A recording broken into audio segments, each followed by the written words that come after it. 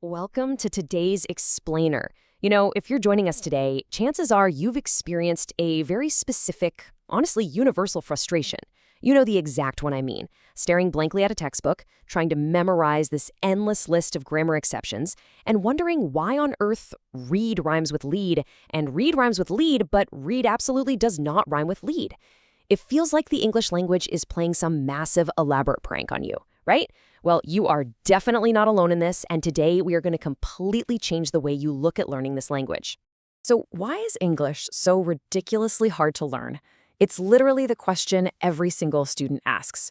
You sit down, you try to learn the basic rules, and immediately, bam, you're hit with a dozen exceptions. It just feels like total chaos. Well, there's a reason for that. It's because traditional, rule-based methods completely fail when it comes to English, and it all boils down to the language's incredibly messy, chaotic evolution. Okay, let's dive into this. Here is our roadmap for today. We'll be looking at 1. The English grammar problem. 2. A messy linguistic history. 3. Enter optimal English. 4. The phrasal syntax method. 5. Muscle memory and enunciation. And 6. Ditching the rulebook. Section 1. The English grammar problem. Look, if you've ever felt the absolute pain of trying to apply strict logic to English as a second language learner, take a deep breath right now. It is really not your fault. Traditional European languages, they let you memorize a verb conjugation chart and just apply it safely. They're logical, they're consistent, and they are generally reducible to reliable rules. So the old grammar translation method actually works perfectly fine for them. English, on the other hand, is completely anarchic. You learn a rule and you instantly find 10 exceptions. It has very few reliable rules, making it perhaps the least scientific language on the entire planet. English simply does not lend itself to compression. You just can't shrink it down into a neat little mathematical formula. Section 2. A messy linguistic history. Let's move to the timeline and see how this builds, going all the way back 2,000 years.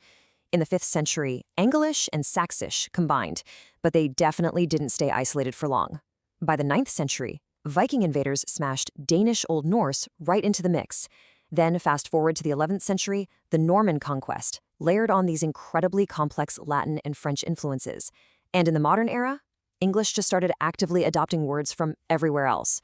This incredibly messy historical absorption completely defied any attempt to create strict grammatical rules.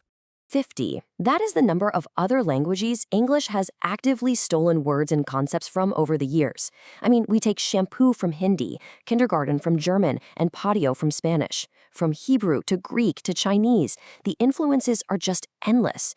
This is exactly why spelling and grammar exceptions exist at literally every single turn. You can't just impose one single set of rules on a patchwork quilt of 50 different linguistic traditions. It just doesn't work. Section 3. Enter optimal English. Enter optimal English. And right here, I want to explicitly credit author MARKUS HEINRICH REHBACH for creating this proprietary, trademarked, and copyrighted framework. REHBACH realized something crucial. Because English is basically this historical mashup language, the doomed search for grammatical rules has to be abandoned completely. Instead, we need a paradigm-shifting system that teaches English naturally, exactly the way it actually functions in the real world. And the engine behind optimal English REC is defined right here, phrasal syntax. This is REHBACH's trademarked method. So instead of memorizing isolated words and abstract rules, you focus on absorbing the syntax and the rhythm on a case-by-case phrasal basis. Think about how a toddler learns. They don't sit down and study subject-verb agreement, right? They hear a continuous stream of musical babble from their parents, and eventually they internalize the rhythm of whole chunks of sound. Phrasal syntax treats the language as fluid sound that turns into rhythm, exactly like how a child learns their native language.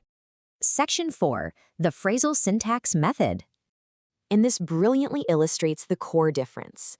Traditional grammar basically demands that you memorize isolated words and then try to piece them together with abstract rules. On the flip side, phrasal syntax asks you to mimic context, rhythm, and fluid whole phrases. Learning isolated grammar rules for English is honestly as silly as trying to learn English spelling phonetically instead of visually. Just like the best spellers don't sound words out letter by letter, they visualize the whole word, the best speakers don't build sentences rule by rule, they absorb phrases as fluid wholes. So here are the 3 practical steps you actually take as a learner. Step 1, listen to the phrase in its actual context. Step 2, mimic the mouth movement. And I mean literally watch a native speaker's face. See how their lips and jaw move to create those sounds and mirror it. Step 3, feel the rhythm and the holistic flow of the sentence. Notice how there is absolutely no step here that says open a sterile textbook and diagram a sentence. This natural, fluid approach requires engaging with real-life situations. Now, the crucial point is what happens in your brain when you do this. By absorbing the entire fluid whole of a phrase, you trigger what REHBACH calls the Gestalt node in a native listener's mind. Gestalt basically just means the unified whole. When you hit the overall rhythm of a phrase, a native speaker's brain automatically fills in the blanks for you. They hear the underlying melody of the sentence, ensuring perfect, frictionless communication, even if you happen to mispronounce a tiny syllable along the way. Section 5. Muscle memory and enunciation. REHBACH argues that the physicality of speaking is completely non-negotiable. It's an absolutely essential component of the phrasal syntax approach. We're talking about your lips, your teeth, the tip of your tongue, and releasing and mobilizing your jaw. The method directly targets the exact movements of the mouth and throat.